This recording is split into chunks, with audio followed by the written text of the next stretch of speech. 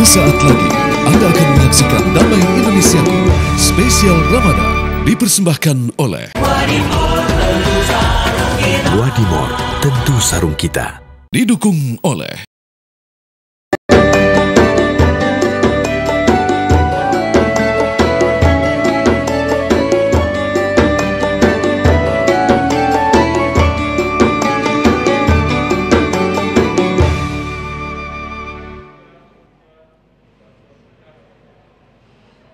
Assalamualaikum warahmatullahi wabarakatuh.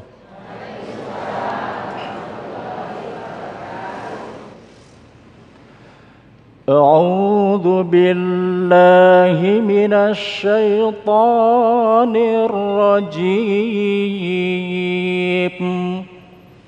Bismillahirrahmanirrahim.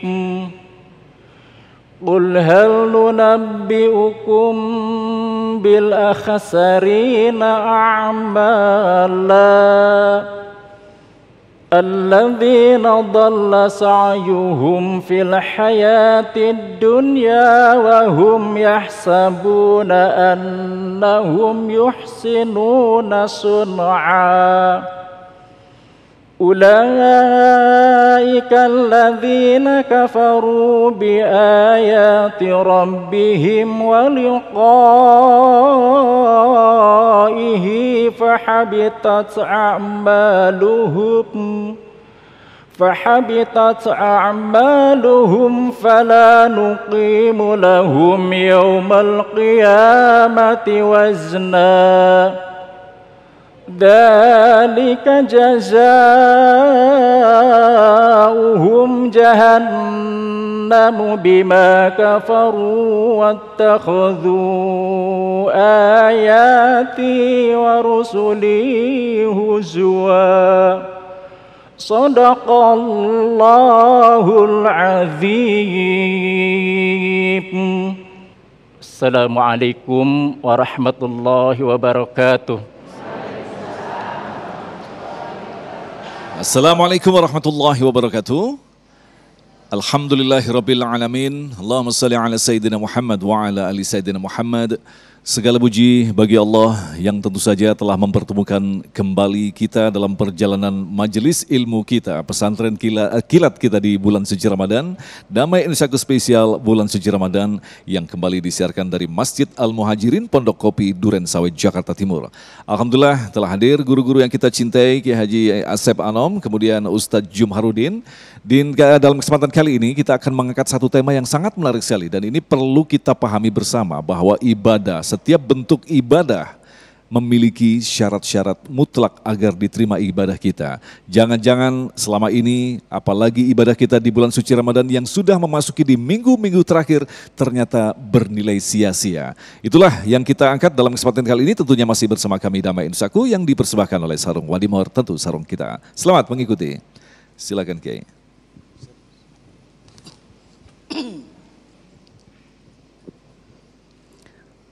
Assalamualaikum warahmatullahi wabarakatuh.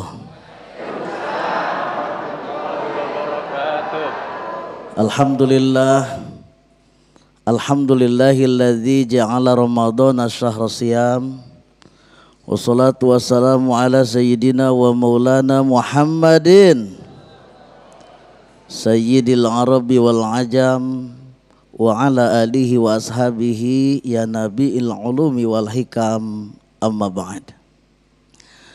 Al-Mukarramun, para ulama, para kiai, para ustad, terkhusus guru kita tercinta Kiai Haji Jumharudin, Ustad Kiai Haji Ustad Agung. Seluruhnya kita cintai, Allah muliakan. Pemirsa TV One dimanapun berada, tak lupa seluruh jamaah Masjid Al-Muhajirin. Bagaimana kabarnya semuanya? Alhamdulillah. Kuat saumnya, kuat? Masya Allah. Pernah mungkin ada pertanyaan. Hampir semua orang pasti ada pertanyaan, apakah ibadah saya diterima oleh Allah apa tidak? Pernah nggak ada pertanyaan seperti itu? Pasti. Karena kita ibadah ingin diterima oleh Allah Subhanahu wa taala. Lalu bagaimana caranya supaya ibadah yang kita lakukan ini diterima oleh Allah? Ibadah kita bernilai, ibadah kita diterima oleh Allah. Maka ada 4 I yang harus kita miliki. I yang pertama adalah ilmu. I yang kedua ikhlas. I yang ketiga ittiba'. I yang keempat implementasi. Kita ngobrol satu-satu. Pertama, kalau ibadah mau diterima, kita harus menggunakan ilmu. Baginda Rasul sudah menjelaskan al-ilmu imamul amal. Ilmu itu imamnya amal. Kalau imam kira-kira di depan apa di belakang? Jadi amal itu harus tergantung ilmu. Jadi amal itu harus tergantung ilmu. Imamnya adalah ilmu. Bahkan Ibnu Ruslan dalam kitab Zubad beliau mengatakan wa kullu man bi ghairi ilmin ya'malu a'maluhu mardudatun la tuqbalu. Siapa saja yang beramal, siapa saja yang beribadah tidak dibarengi oleh ilmu, maka ibadah itu ditolak oleh Allah. Termasuk kita saum juga harus pakai. Kalau nggak pakai ilmu mah ribet bu, susah. Ceritanya ada orang lagi sahur, sahurnya pakai kangkung, kangkungnya panjang. Pas lagi makan sahur dengan kangkung itu, tiba-tiba di luar ada bunyi. Suara apa tuh? Suara Asep, bukan Srino. Kan bingung kalau nggak pakai ilmu, dikiranya imsak itu start dari perjalanan saum, padahal imsak itu hati bisi kebablasan. Dikiranya start, bingung. Itu kangkung setengah keluar, setengah ke dalam. Dimakan khawatir batal, dicabut khawatir muntah, batal juga. Dilematis, akhirnya minta fatwa DKM. DKM-nya bijak, pegang itu kangkung sampai maghrib.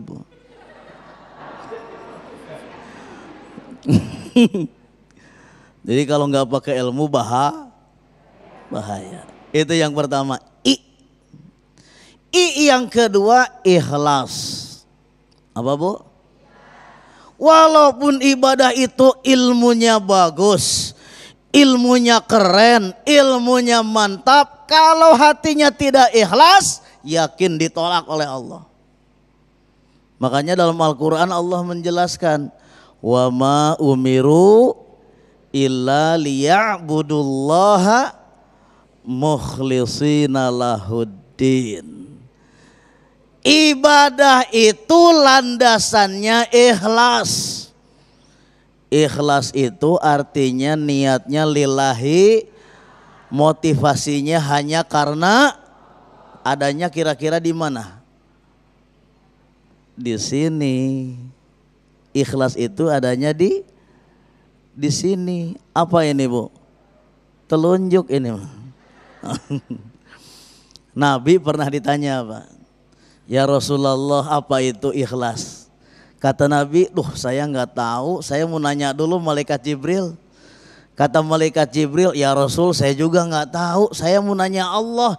Allah menjelaskan al-ikhlasu sirrun min asrori auda'tuhu qalbaman ahbabtu min ibadi. Ikhlas itu rahasia di antara rahasia-rahasia aku. Kan Allah punya banyak rahasia, betul tidak? Lailatul Qadar rahasia bukan? Rahasia.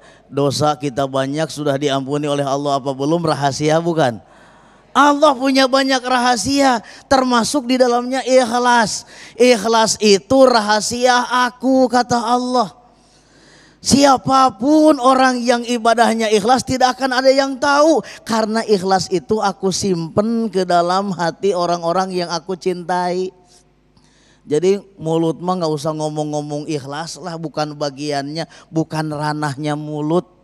Gak usah ibu bilang begini, Pak saya nyumbang ke masjid, jangan diumumkan ya, jangan diberitahu sama yang lain, dah saya mah nyumbangnya ikhlas. Gak usah gigituan. Apalagi ngobrol sama orang, Neng saya mah tuh benci sama orang itu. Emangnya kenapa? Dia mah kemarin cuma nyumbang lampu doang ke masjid, sekampung pada hafal. Sementara saya, karpet dari saya mah gak bilang-bilang. Astagfirullahal. Loh yang kedua. Yang ketiga I-nya adalah ittiba. Ibadah kita harus sesuai dengan contoh dari baginda Rasul. Yang ketiganya implementasi. Ramadan kita sekarang harus terejawantah dari bulan-bulan yang lain. Sekarang rajin ibadah, nanti juga tetap rajin ibadah. Mas Agung sudah berdiri, tandanya harus duduk saya. Baik. Ikhlas ya Kiai? Ikhlas. Terima kasih Kiai, itulah tadi pemirsa dirahmati Allah, syarat-syarat diterimanya ibadah kita termasuk puasa kita. Dan barangkali kita bahkan sudah hafal, sering mendengar sebuah hadis betapa banyak orang yang berpuasa tetapi ternyata hanya mendapatkan lapar dan dahaga. Mengapa bisa demikian?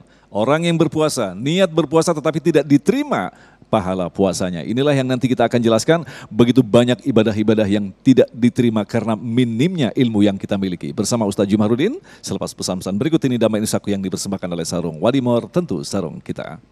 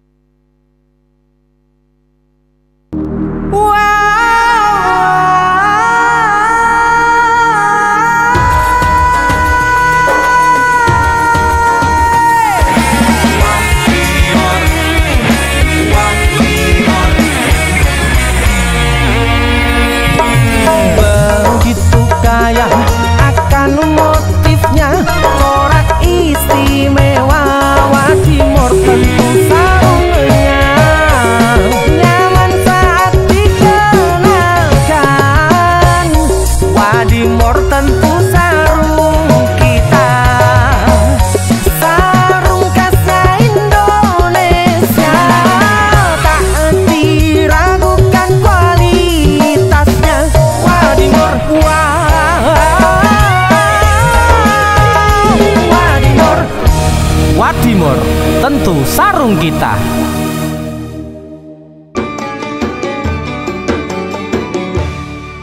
Baik, terima kasih pemirsa, Anda masih bersama kami Damai Nusaku dan kita mengangkat tema berkaitan dengan ibadah-ibadah yang kita kira bisa sampai kepada Allah, diterima amalan kita tetapi ternyata tertolak lantaran minim daripada ilmu kita. Tadi kita sudah dijelaskan oleh guru kita, syarat diterimanya ibadah adalah iman, ikhlas dan ittiba. Lantas mengapa ibadah kita bahkan sebagian tidak sampai kepada Allah? Apa yang menjadi penyebabnya? Kiai Jumahrudin akan menjelaskan, silakan. Assalamualaikum warahmatullahi wabarakatuh.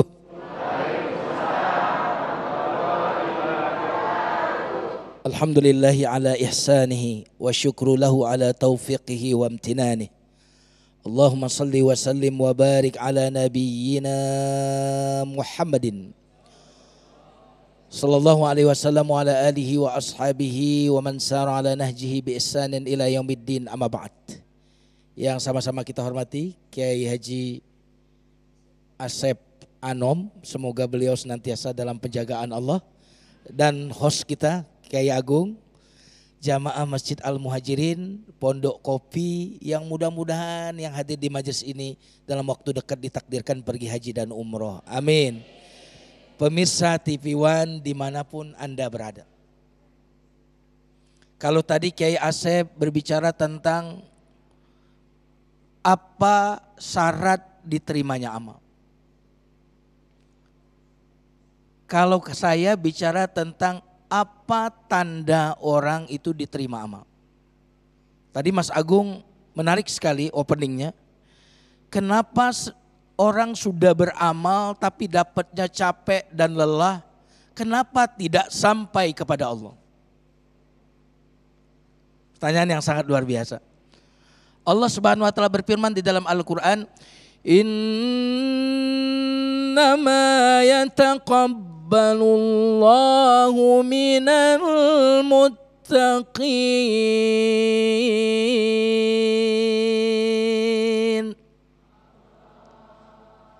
Yang sampai kepada Allah adalah takwanya. La yanalallaha luhumuha wala dima'uha walaki yanaluhu taqwa minkum. Yang sampai kepada Allah bukan dagingnya, bukan darahnya, bukan gerakannya, tapi yang sampai kepada Allah takwanya. Karena ibadah itu Mas Agung ada aspek lahiriah, kulit, ada aspek batiniah. Di dalam surat Al-Bayyinah Allah Subhanahu wa taala berfirman, "Wa ma umiru illa liya'budullah mukhlishina lahud-din hunafa."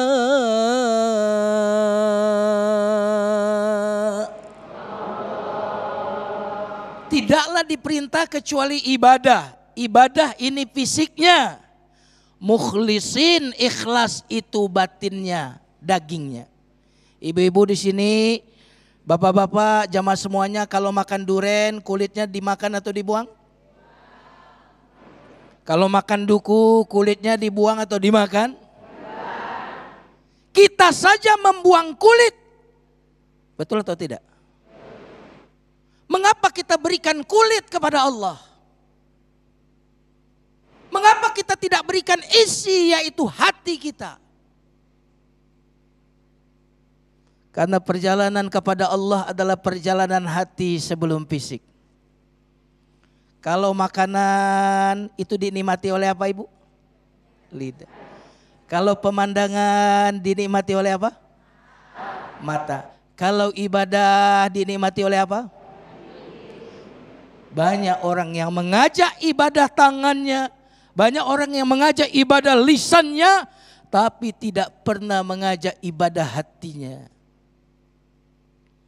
Makanya rumah ibadah yang sepi pengunjung itu, Mas Agung, itu adalah rumah ibadah yang bernama hati. Betul atau tidak? Banyak sekali orang selama ini mungkin mencari Lailatul Qadar di tiang-tiang masjid, di tembok-tembok masjid. Tapi jarang sekali orang mencari Lailatul Qadar di dalam rumah ibadah yang bernama hati itu. Yauma la yanfa'u malun wala banun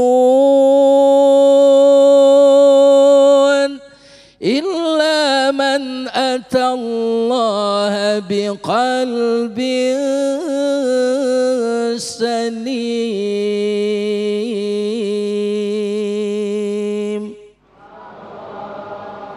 Pada hari yang tidak ada gunanya harta dan anak, kecuali yang datang kepada Allah dengan hati, yang datang kepada Allah dengan hati. Kenapa? Karena hati ini raja, dan yang kita temui adalah raja.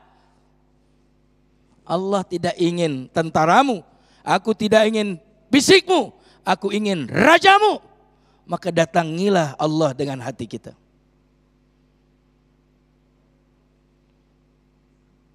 Halo? Kalau saya tanya halo, jawabannya hai. Halo, hai, halo, hai, halo, hai. Nah, ini berarti puasa beneran, ngaco soalnya ngomongnya. Jamaah sekalian yang dimuliakan Allah Subhanahu wa taala. Makanya kalau yang diajak fisiknya, makanya tadi yang didapat lapar. Betul nggak? Yang didapat lelah, capek. Tetapi kalau yang diajak ibadah adalah hatinya, subhanallah. Karena jamaah sekalian, kalau badan kita lagi lapar terus diajak makan, senang atau tidak? Senang atau tidak? Lalu bagaimana jika hati yang lapar diajak ibadah? Bahagia atau tidak? Bahagia atau tidak? Apabila hati ini bahagia, maka seluruh tubuh yang lain akan bahagia. Subhanallah. Nah, jadi itu faktornya Mas Agung. Jadi tidak diajaknya hati untuk ibadah. Makanya medan tempur yang sesungguhnya adalah hati. Disinilah berkecamuk peperangan. Ya kan? Setan ingin merebut apa? Hati kita, betul nggak? Malaikat juga merebut ingin di hati kita. Dan hati ini tidak mungkin diisi oleh dua hal yang bertolak belakang dalam satu waktu. Maka wa qul ja'al haqqu wa zahaqal batil. Apabila kebenaran telah datang, kebatilan. Apabila ada Allah di dalam hati kita, maka selain Allah akan pergi. Tapi jika ada selain Allah di hati kita, maka Allah pun tidak berkenan. Ibu sekalian yang dimuliakan Allah Subhanahu wa taala, kira-kira ibu kalau suami kawin lagi bagaimana, Bu? Bu, bahagia atau tidak? Marah atau tidak? Marah atau tidak? Ibu saja tidak mau diduakan. Lalu bagaimana dengan Allah?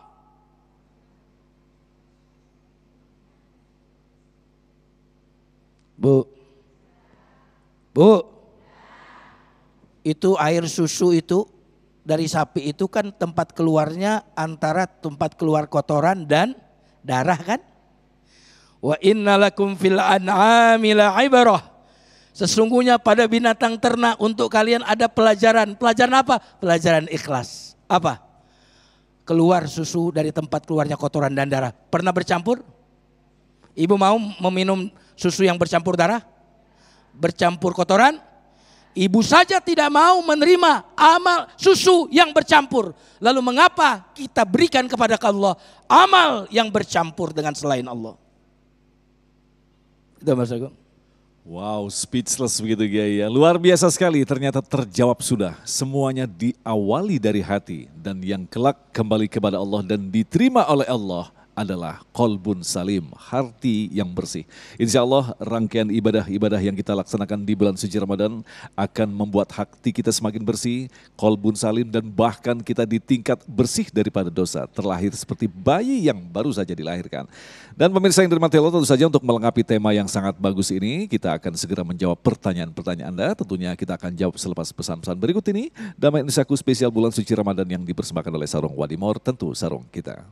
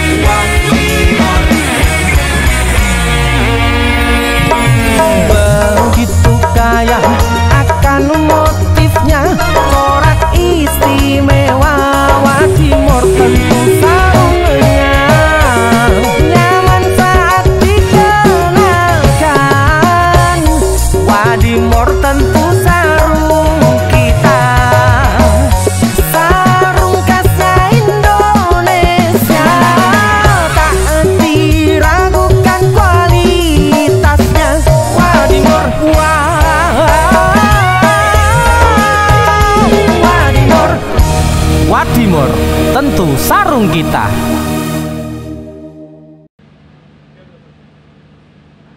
Assalamualaikum warahmatullahi wabarakatuh. Alhamdulillahirrabbilalamin, saya Anneke Liu dapat kembali menjumpai pemirsa di rumah. Dan di bulan suci Ramadan kali ini tentu saja kita wajib mewaspadai pemirsa tanda ibadah Ramadan yang tidak bernilai ibadah sebagaimana tema tausiah kita pada hari ini. Dan semoga dalam menjalani ibadah kita pada kali ini kita dapat memperkuat iman kita. Amin ya rabbal alamin. Selain memperhatikan ibadah, kita juga wajib memperhatikan kesehatan rambut pemirsa. Nah, sebagaimana pemirsa di rumah yang mungkin sama seperti saya berhijab, kita memiliki permasalahan yang sama, yaitu permasalahan rambut rontok. Biasanya saya menggunakan ini pemirsa, Lifebuoy Shampoo perawatan rambut rontok. Lifebuoy Shampoo perawatan rambut rontok mengandung Milk Nutri-Strong yang menutrisi rambut secara menyeluruh hingga ke akar dan membuat rambut 3 kali lebih kuat. Serta mengandung aloe vera yang secara alami mencegah rambut rontok sehingga cocok digunakan seluruh keluarga. Pada bulan Ramadan kali ini, Lifebuoy Shampoo tidak hanya ingin mengajak seluruh keluarga Indonesia untuk dapat menguatkan iman, tapi juga ingin mengajak seluruh keluarga dan juga pemirsa di rumah untuk dapat memiliki rambut kuat dengan Lifebuoy Shampoo. Dan ingin mengajak pemirsa di rumah untuk dapat memenangkan kesempatan berangkat umroh 30 orang pemenang ya, dan 30 paket umroh untuk 15 orang pemenang dan juga ratusan hadiah emas dengan total hadiah senilai miliaran rupiah. Caranya gimana? Caranya sangat mudah pemirsa, ada 2 cara. Cara yang pertama, beli sampo Lifebuoy botol atau pouch varian apapun dan foto struk pembelian kirimkan ke WhatsApp official sampo Lifebuoy. Cara yang kedua, pemirsa langsung saja belanja sampo Lifebuoy varian saset dan segera kirimkan saset sampo Lifebuoy varian apapun dan data diri pemirsa langsung saja dikirimkan ke PO Box Sampo Lifebuoy Jakarta 12.000. Untuk pemirsa di rumah segera beli sampo Lifebuoy varian apapun sebanyak-banyaknya. Karena semakin banyak membeli, semakin besar dong kesempatan untuk berangkat umroh dan juga memenangkan hadiah lainnya senilai total miliaran rupiah. Dan untuk pemirsa, untuk informasi lebih lanjut langsung saja hubungi atau kunjungi Facebook Lifebuoy Shampoo. Lifebuoy Shampoo, rambut kuat, umroh berangkat. Untuk pemirsa di rumah tetap berada di tempat dan juga jangan kemana-mana, kita akan kembali sesaat lagi tetap di Damai Indonesiaku.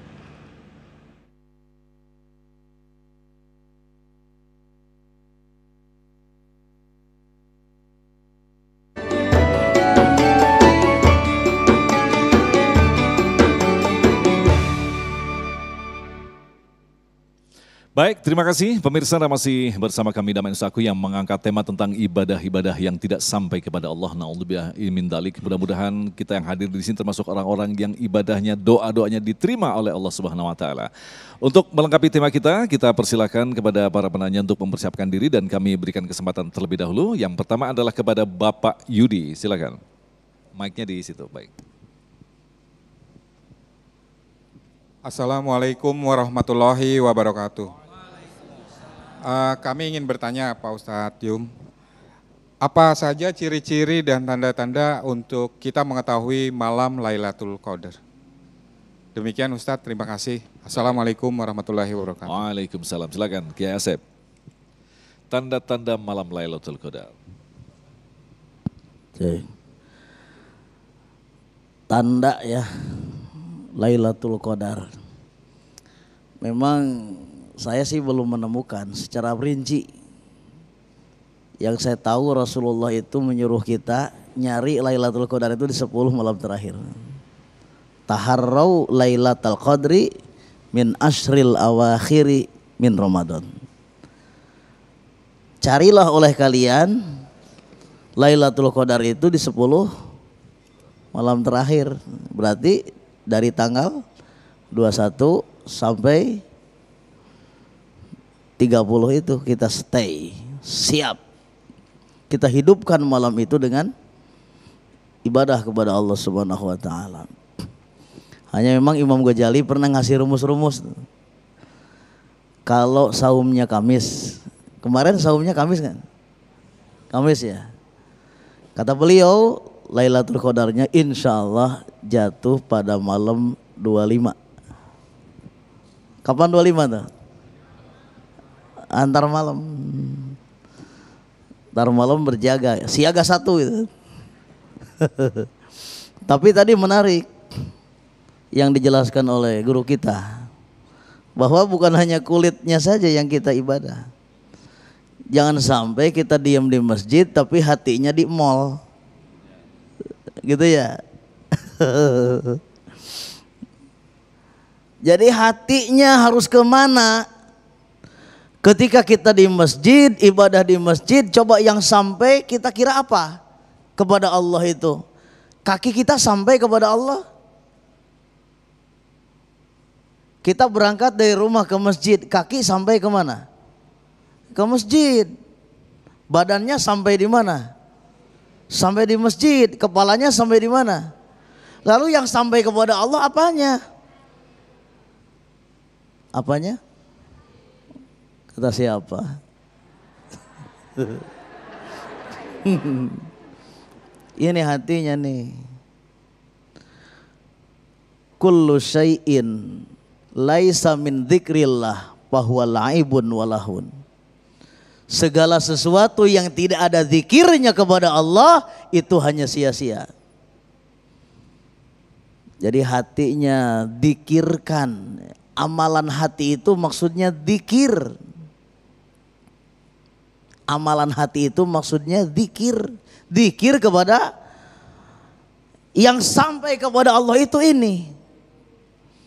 Kan tadi ayatnya dibahas. Yauma la yanfa'u malu wala banun illa man atallaha biqalbin. Coba bahasanya apa itu? Nanti itu di akhirat itu nggak ada artinya harta kita, anak-anak kita, semua yang kita banggakan hari ini nggak ada artinya nanti itu. Yang berarti itu kita membawa hatinya yang telah, tuh kan bahasanya begitu ya. Ila man ata, bukan ya'ti. Fi'il yang dipakainya fi'il madi. Kecuali orang yang hatinya telah datang kepada Allah. Datang kepada Allah itu dengan apa? Bukan dengan kaki, bukan dengan badan, bukan dengan kepala, bukan dengan sepeda, bukan dengan motor, bukan dengan pesawat. Tapi datang kepada Allah itu adalah biqalbin salim. Dengan hati yang selamat. Hati yang selamat itu yang bagaimana? Hati yang selamat dari dzikir kepada Allah. Yang hatinya hanya ada dzikir kepada, yang di dalam hatinya hanya ada dzikir kepada itu. Telah berarti di sini dzikirnya, di dunia ini, bukan di sana nanti. Makanya dalam kitab Tanwirul Qulub pernah saya baca, qad ajma'al a'immatu, telah sepakat para imam, anna a'malal jawarihi la tuqbalu illa bi amalil qalbi.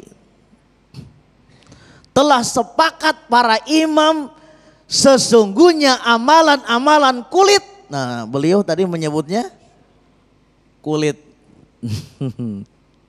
Badan kita ini kulit. Amalan-amalan kulit tidak akan diterima oleh Allah kecuali kalau dibarengi dengan amalan.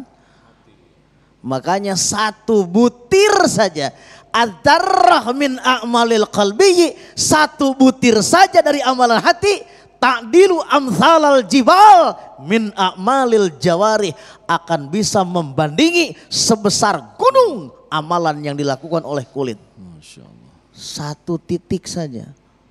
Masya Allah. Baik. Dahsyat sekali, guys. Terima kasih Kiai, jawaban yang sangat lengkap sekali Pak Yudi. Dan selanjutnya kami persilakan kepada Ibu Neneng. Silakan Bunda. Mic-nya sudah ada?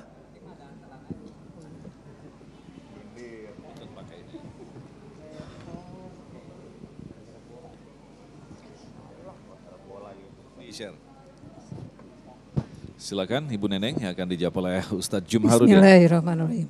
Assalamualaikum warahmatullahi wabarakatuh. Tadi itu judulnya tanda ibadah Ramadan tak bernilai ibadah. Saya cuma minta contohnya. Contohnya seperti apa? Oke, Terima kasih. secara singkat. Assalamualaikum warahmatullahi wabarakatuh. Ibadah-ibadah yang tidak bernilai ibadah, Kiai. Jadi ibadah yang dianggap ibadah tetapi tidak bernilai ibadah. Silakan, Ustaz Jamaludin. Semua ibadah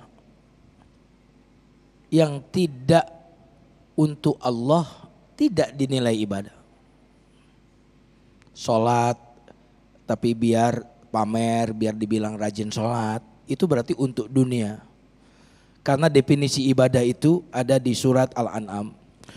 Qul inna salati wa nusuki wa mahyaya wa mamati lillahi rabbil alamin.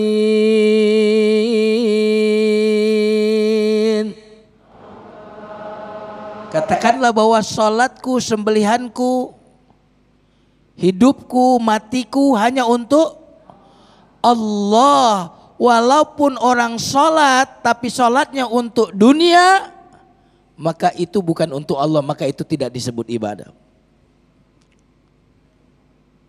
Gak enak Ramadan nih diomongin tetangga kalau gak puasa. Nah itu karena tetangga, bukan karena Allah. Gak enak kas Ramadan gak taraweh. Masa Ramadan gak taraweh nanti diomongin tetangga. Nah ini semua yang karena Allah baru disebut ibadah. Semua yang bukan karena Allah berarti itu tidak disebut ibadah. Nah itu kata kuncinya itu di situ Ibu.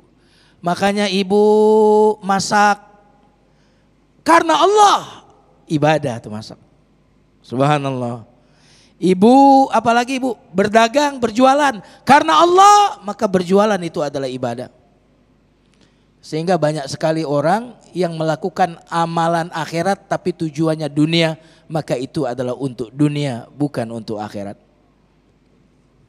Makanya kalau ibu punya uang 1 miliar tapi itu untuk infak, dunia atau akhirat?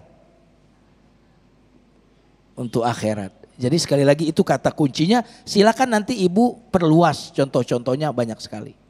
Gitu.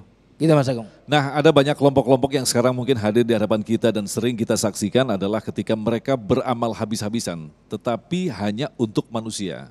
Padahal di Al-Asr dijelaskan beriman dulu baru beramal soleh. Nah bagaimana dengan kategori orang-orang seperti ini Kiai? Mereka sudah memberikan banyak kepada umat, membangun masjid tetapi hanya sekedar untuk urusan dunia, tidak beriman kepada Allah. Siapa yang beramal untuk dunia akan dapat dunia.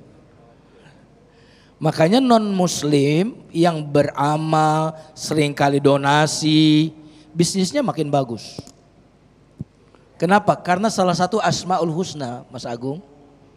Jadi ada 2 asmaul husna. Yang pertama ad-dayyan, makanya yaumuddin.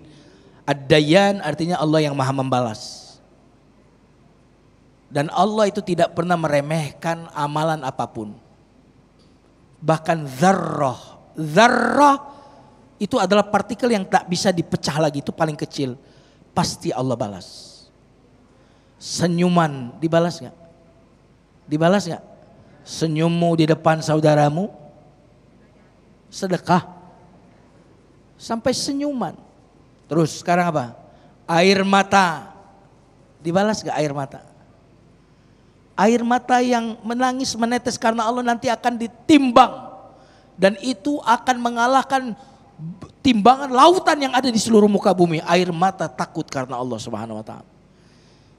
Makanya ketika ada orang yang pengen pindah dekat masjid ke rumahnya pengen pindah dekat masjid dekat Rasulullah, kata Rasul jangan pindah karena jejak kalian itu akan ditulis.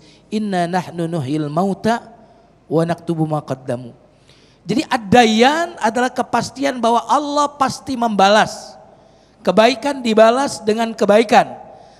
Keburukan dibalas dengan keburukan meskipun hanya zarrah keburukan itu. Tapi ada satu asmaul husna lagi, apa itu? Asy-syakur. Asy-syakur itu bukan cuma membalas. Tapi Allah yang membalas amalan yang remeh dengan balasan yang berlipat ganda. Allah kata Nabi, aku tidak berkata alif lam mim 1 huruf. Tapi alif 1 huruf, lam 1 huruf, mim 1 huruf. 1 huruf itu adalah kebaikan setara dengan 10 kebaikan. Kenapa Allah tidak pernah matematis di dalam membalas kebaikan kita? Karena dia asyakur. Maka non muslim pun, siapapun yang beramal karena dunia, pasti dia akan mendapatkan dunia. Tapi karena dia beramal bukan untuk akhirat, dia tidak akan mendapatkan bagian dari akhirat. Nah, menyambung pertanyaan dari Ibu Neneng tadi, berarti orang-orang yang beramal untuk dunia secara pandangan Islam adalah beribadah tetapi sesungguhnya tidak memiliki nilai ibadah, begitu Kiai? Ya, dia tidak disebut ibadah. Oke. Karena definisi ibadah tadi adalah segala sesuatu yang kita lakukan karena Allah, itulah ibadah. Berarti kalaupun mau disebut ibadah, dia ibadahnya bukan untuk Allah tapi untuk selain Allah. Makanya jangan minta sama Allah. Kamu kan kerjanya buat si fulan, minta sama si fulan itu. Kamu kan kerjanya, beramalnya biar dipuji sama si fulan. Di akhirat ketika kita minta pahala, kamu kan bukan bekerja untukku kan? Kamu dulu bekerja untuk siapa? Untuk fulan itu. Maka mintalah kepada si fulan itu. Jadi ini hanya sekedar untuk mempertegas bahwa kita selama ini mengatakan ya udah yang penting kita berbuat baik, tunggu dulu, ternyata itu salah. Untuk siapa berbuat baik? Yang pasti adalah untuk Allah, maka Allah akan membalasnya. Yang penting bukan berbuat baik, tapi yang penting kenapa kita berbuat baik. Masya Allah. Baik, terima kasih Ustaz Jumarudin. Selanjutnya Bapak Afta, silakan.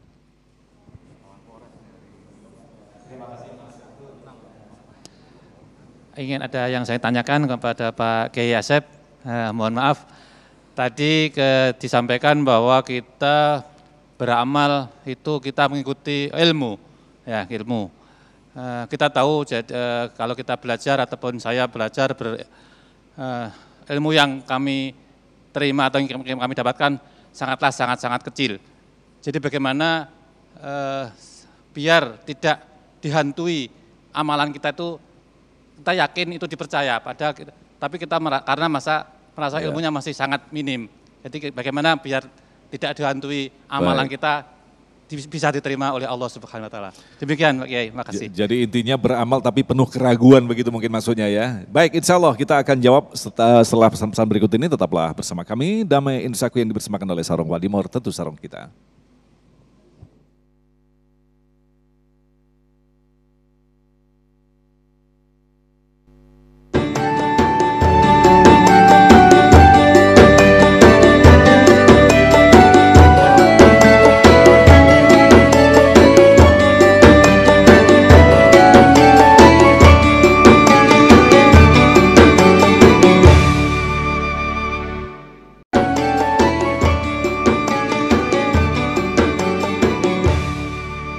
Terima kasih pemirsa, kita kembali bersama Damai Insaku yang mengangkat tema tentang ibadah yang tidak diterima oleh Allah Subhanahu wa taala. Pertanyaan selanjutnya dari Bapak Afta, saya ulangi sebelum dijawab oleh Kiai Asep, bahwa ada banyak orang yang beribadah tetapi selalu dipenuhi dengan keraguan-raguan lantaran minus dengan ilmunya. Lantas bagaimanakah solusi menghadapi ini?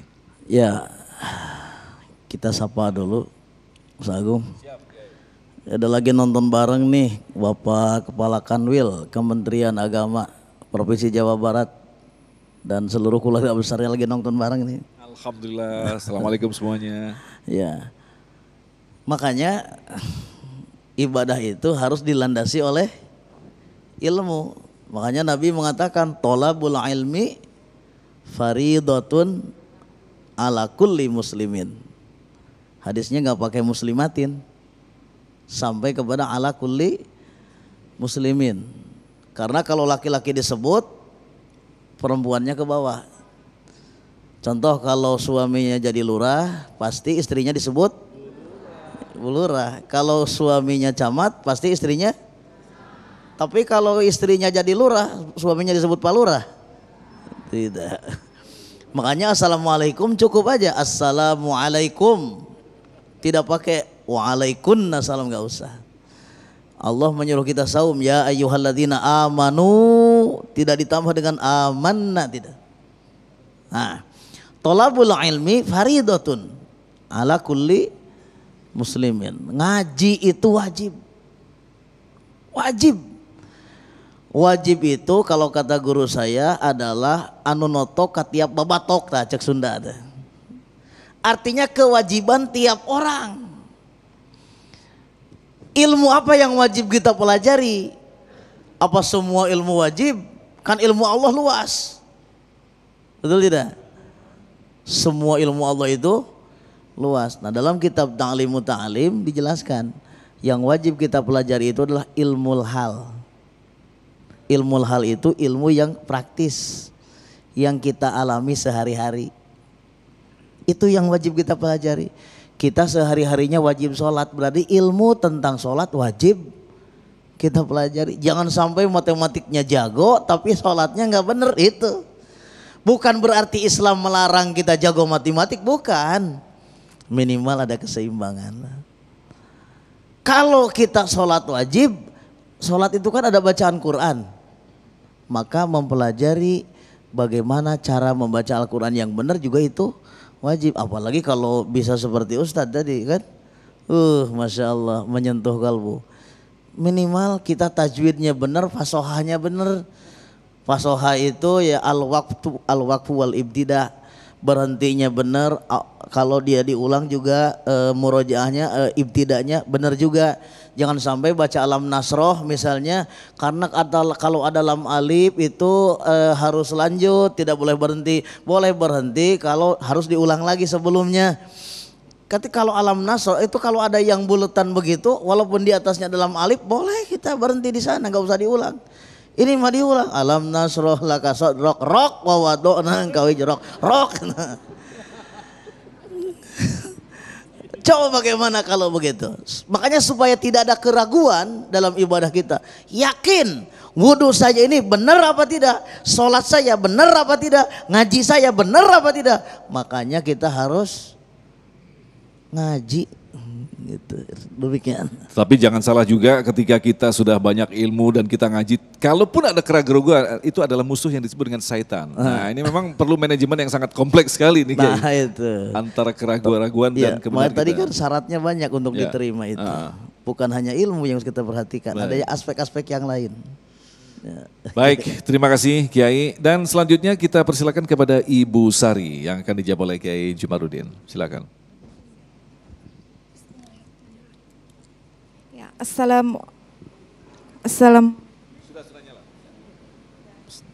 Assalamualaikum warahmatullahi wabarakatuh.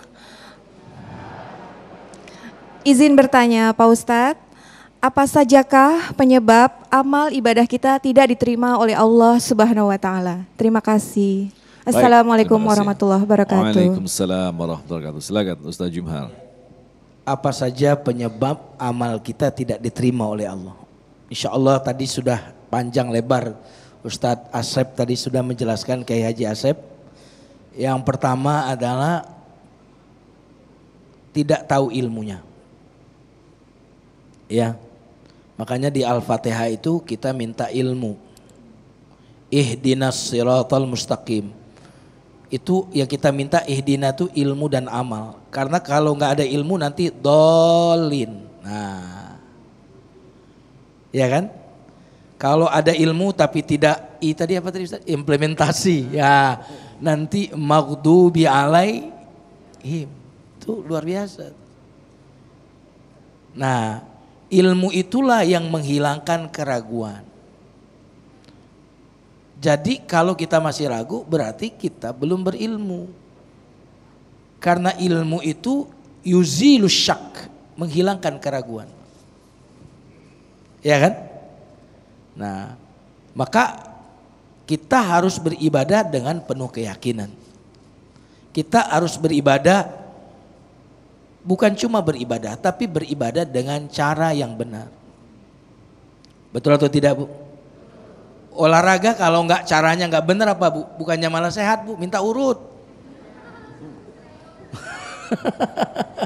Kenapa? Caranya enggak benar. Maka harus tahu fikihnya. Nah, itu tadi fikihnya, tata caranya, how to-nya itu aspek lahirianya.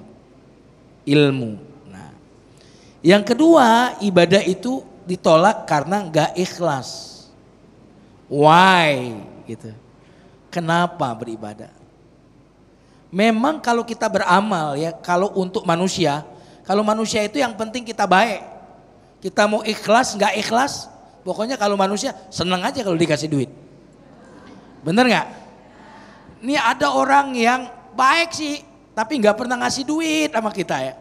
Ada orang sebenarnya kelakuannya buruk gitu ya, tapi sering nyumbang. Ibu suka yang mana? Kalau masyarakat biasanya sukanya nggak peduli dari apa dia, yang penting dia rajin nyumbang, udah gitu kan. Tapi kalau Allah tidak demikian. Makanya dalam hadis sahih disebutkan ada 3 orang yang pertama kali dimasukkan ke dalam neraka, dan ketiga-tiganya ini melakukan amal yang paling luar biasa topnya. Yang pertama adalah Pak Kiai, Pak Ustadz, orang alim yang diberikan ilmu, dipanggil oleh Allah, aku berikan ilmu, kau gunakan untuk apa? Dia bilang, di mana ada butuh dakwah saya ceramah sana. Bohong kata Allah, kamu berdakwah biar dikatain alim, dimasukkan ke dalam neraka. Yang 2 lagi adalah seorang yang rajin nyumbang, kemana-mana nyumbang, musim kampanye nyumbang karpet ya, pas gak kepilih diambil lagi karpetnya. Dipanggil, aku berikan harta untuk apa? Tidak ada yang butuh sumbangan kecuali aku sumbang ya Allah. Kata Allah, dusta kau menyumbang biar dikatakan dermawan, dan sudah dikatakan dimasukkan ke dalam neraka. Ini amalan tingkat tinggi semua ini. Yang satunya adalah orang yang berperang, mengorbankan nyawanya, dipanggil, aku beri kau kekuatan fisik, keberanian, kau gunakan untuk apa? Aku gunakan untuk membela negara, berjuang di jalanmu, aku mati karenamu. Kata Allah, bohong, kau berperang supaya dikatakan pahlawan, dan sudah dikatakan. Dari hadis ini hadis, cuma saya terjemahkan bebas. Kita tahu bahwa yang penting bagi Allah bukanlah beramal, tapi yang paling penting bagi Allah adalah motivasi apa, mengapa engkau beramal. Dan ingat, yang membuat kita bahagia bukanlah beramal, tapi yang membuat kita bahagia adalah mengapa kita beramal itu. Masya Allah, alasan mengapa kita beramal. Allahu Akbar, luar biasa sekali Ustaz Jumar. Baik, selanjutnya Bapak Endang, silakan. Mic-nya sudah. Assalamualaikum warahmatullahi wabarakatuh. Di perkampungan tertentu gitu Pak Ustadz, ada taraweh yang sebanyak 23 rakaat dikerjakan dengan tergesa-gesa gitu, tidak tertib. Apakah ini merupakan bagian dari ibadah yang tidak diakui sebagai ibadah? Terima kasih. Ibadah yang tidak bernilai ibadah. Kiai Asep, silakan. Baik, taraweh, Ibu, Pak, kalau taraweh imamnya suka yang cepat apa yang lama?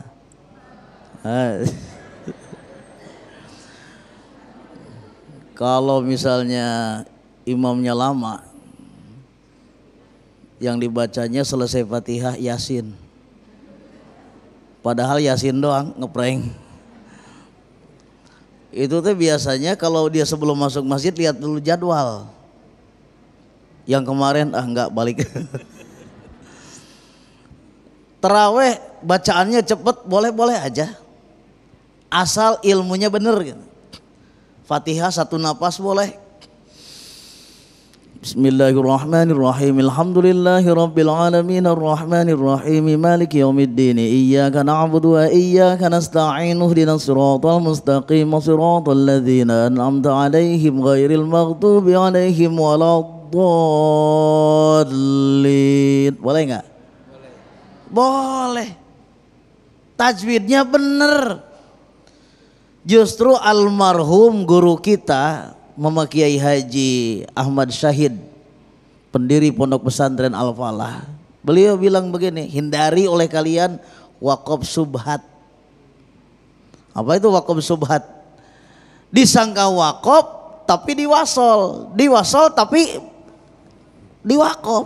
Contoh, Bismillahirrahmanirrahim. Alhamdulillahirabbil alamin arrahmanir rahim maliki yaumiddin iyyaka na'budu wa iyyaka nasta'in. Haram itu. Tahu haramnya di mana? Kalau berhenti tarik nafas. Bismillahirrahmanirrahim. Alhamdulillahirabbil alamin arrahmanir rahim maliki yaumiddin. Begitu. Kalau mau lanjut dibaca ujungnya. Bismillahirrahmanirrahim. Alhamdulillahirabbil alamin arrahmanirrahim maliki yaumiddin. Nah, gitu. Jadi cepat boleh aja, yang penting tahu ilmunya. Ruku cepat boleh? Boleh, yang penting tahu ilmunya. Jadi amal itu tergantung ilmu dan ikhlas. Bukan masalah lambat dan cepat. Ya Bu ya. Bismillahirrahmanirrahim.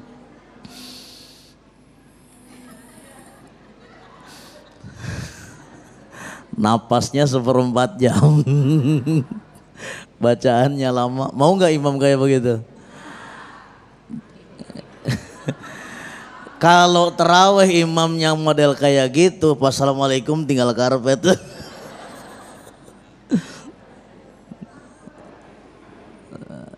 Jadi boleh cepet Pak, boleh. Tapi kalau kecepatan sampai nggak jelas ilmunya, wah itu coba.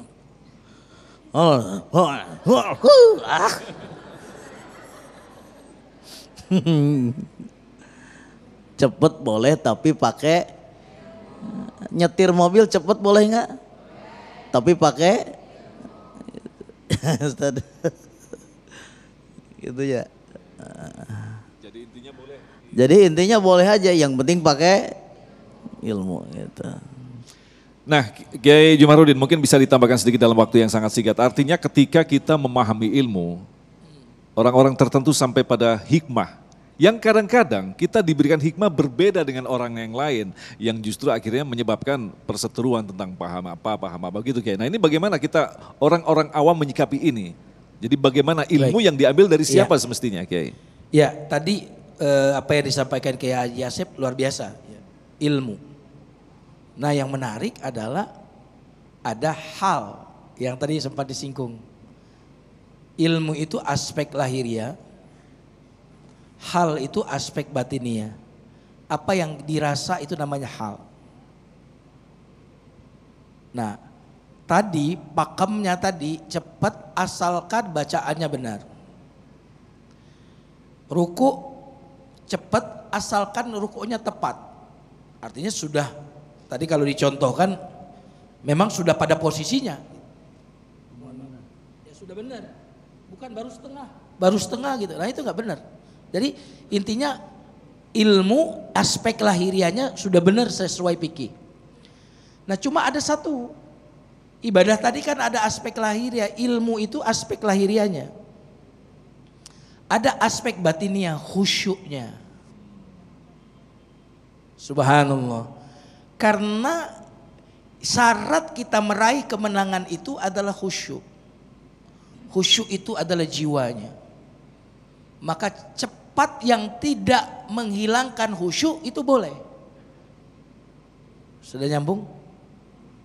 Makanya para ulama mengatakan man qama ramadhana imanan wahtisaban ghufira lahu ma taqaddama min dzambi. Siapa yang sholat malam tarawih atau tahajud imanan wahtisaban. Imanan wahtisaban ini salah satu tafsirnya adalah, banyak tafsir tapi beberapa tafsirnya adalah orang yang sholat malam dan menikmati sholat itu, menikmati bacaan itu. Dia tidak merasa lama. Ghufira lahu ma taqaddama min dzambi. Makanya ada aspek Pak, ibadah itu sah. Ibarat masuk kantor yang penting udah absen udah. Mau ngerjain apa enggak, yang penting udah absen. Jadi ada aspek bahwa sah itu kalau fikih itu gampang, sah. Tapi kita beribadah itu bukan cuma sekedar sah dan tidak sah, betul nggak? Tapi ibadah kita itu ibadah yang kemudian akan memindahkan kita dari satu langit ke langit berikutnya. Kita ingin menapaki jenjang-jenjang spiritual, betul atau tidak? Kita ingin sholat yang membuat kita meninggalkan yang keji dan yang mungkar.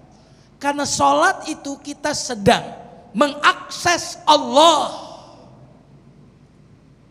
Mengakses apa? Ini bukan bicara fikih. Sudah benar kalau Ustaz Asep tadi bicara fikih, sah sudah ilmunya. Tapi kita sholat itu sedang apa? Sedang bicara kepada Allah. Kira-kira ketika berbicara kepada kekasih kita, mau lama atau mau sebentar? Sholat adalah waktu yang kita tunggu-tunggu. Makanya kenapa orang yang sholat tidak akan keluh kesah. Innal insana khuliqa halu'a idza massahu asy-syarru jazua wa idza massahu al-khairu manu'a illal musallin.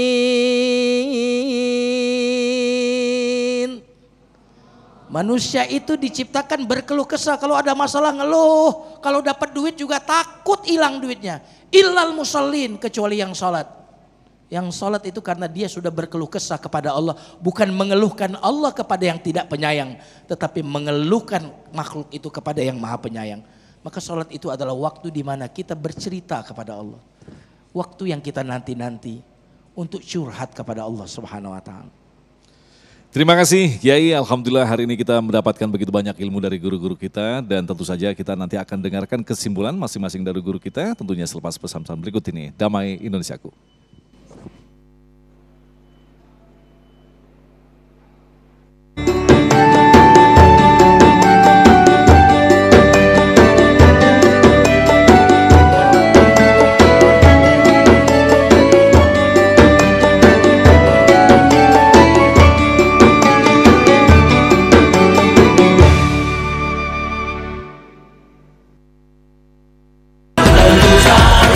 Wadimor, tentu sarung kita.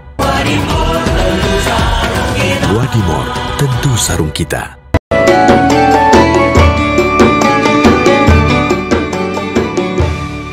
Baik, terima kasih pemirsa, Anda masih bersama kami Damai Indonesiaku dan tentu saja untuk menambah pemahaman kita akan dengarkan kesimpulan masing-masing dari guru-guru yang kita cintai. Dari Kiai Asep terlebih dahulu, silakan Kiai.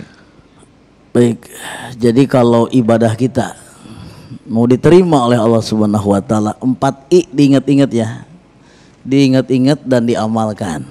I yang pertama ilmu. Jadi ibadah kita harus berdasarkan ilmu biar enggak ragu. Dan yang kedua ikhlas, dilandasi oleh niat yang ikhlas supaya ibadah kita tidak hanya kulit saja sampai kepada Allah. Yang ketiga ittiba', kita ikut pada contoh dari baginda Rasul Muhammad sallallahu alaihi wasallam. Dan yang keempat adalah implementasi, artinya kita ibadah bukan kepada Ramadan tapi ibadah kepada, maka rajin ke masjidnya bukan hanya Ramadan, di luar Ramadan pun kita tetap. Yang kita tuju bukan Lailatul Qadar dalam ibadah tapi Allah. Makanya semangat beribadahnya bukan hanya karena di luar Lailatul Qadar pun kita tetap semangat beribadah kepada Allah. Itu saja 4 I. Silakan Ustaz Jumar. Baik jemaah sekalian yang dimuliakan Allah, pemirsa TV One dimanapun berada. Poin yang pertama kesimpulannya adalah jangan terlalu fokus kepada amal, tapi fokuslah pada diterimanya amal. Ya, banyak orang yang berfokus pada memperbanyak amal. Tapi sebenarnya yang lebih penting bukanlah banyak beramal, tetapi yang paling penting adalah diterimanya amal. Makanya kita tidak diperintahkan untuk beramal banyak, tetapi kita melakukan amal terbaik. Liyabluwakum ayyukum ahsanu amala, bukan aktsaru amala, bukan yang banyak amalnya, tetapi amal yang ahsan. Apa itu ahsan? Ustaz Asep tadi dengan berapa I tadi? Dengan 4 I itulah definisi ahsanu amala. Jadi fokus kepada diterimanya amal. Nah, apa ciri diterimanya amal? Ciri diterimanya amal itu adalah, kata para ulama ini adalah min thawabil hasanati al hasanah ba'daha. Di antara ciri diterimanya kebaikan amal soleh adalah ketika amal soleh itu diikuti oleh amal soleh yang berikutnya. Hukuman bagi dosa adalah ketika diikuti dengan dosa berikutnya. Jadi ganjaran bagi amal soleh kita sudah diterima oleh Allah adalah kok kita nambah lagi gitu. Yang tadinya amalnya cuma 2 rakaat, nambah jadi 4 rakaat. Yang sedekahnya tadi cuma sekian, nambah. Itu ciri bahwa orang ini diterima amalnya. Dalilnya apa? Hadis Nabi SAW, alaikum bis-sidqi fa inna sidqa yahdi ilal birri wa innal birra yahdi ilal jannah. Hendaklah kalian jujur. Karena jujur ini akan membawa kepada kebaikan. Jujur, kebaikan. Kebaikan membawa ke surga. Jadi ciri amal kita diterima ketika amal itu diikuti oleh amal-amal yang lainnya. Terima kasih Ustaz Jumaruddin Kiai Asep yang telah memberikan nasihat dan ilmu yang sangat luar biasa sekali. Mudah-mudahan ini menjadi tentu saja pelengkap bagi kita untuk memahami khasanah-khasanah Islam yang selama ini barangkali kita ragukan. Seperti yang telah dijelaskan tadi, saya beribadah tetapi saya ragu. Inilah tanda bahwa kita kurangnya ilmu. Insya Allah Damai Indonesiaku akan melengkapi ilmu-ilmu yang ada di dalam kepala kita masing-masing. Dan insya Allah kita akan berdoa bersama, mudah-mudahan kita termasuk orang-orang yang diterima amalnya, terutama di bulan suci Ramadan selepas pesan-pesan berikut ini. Damai Indonesiaku.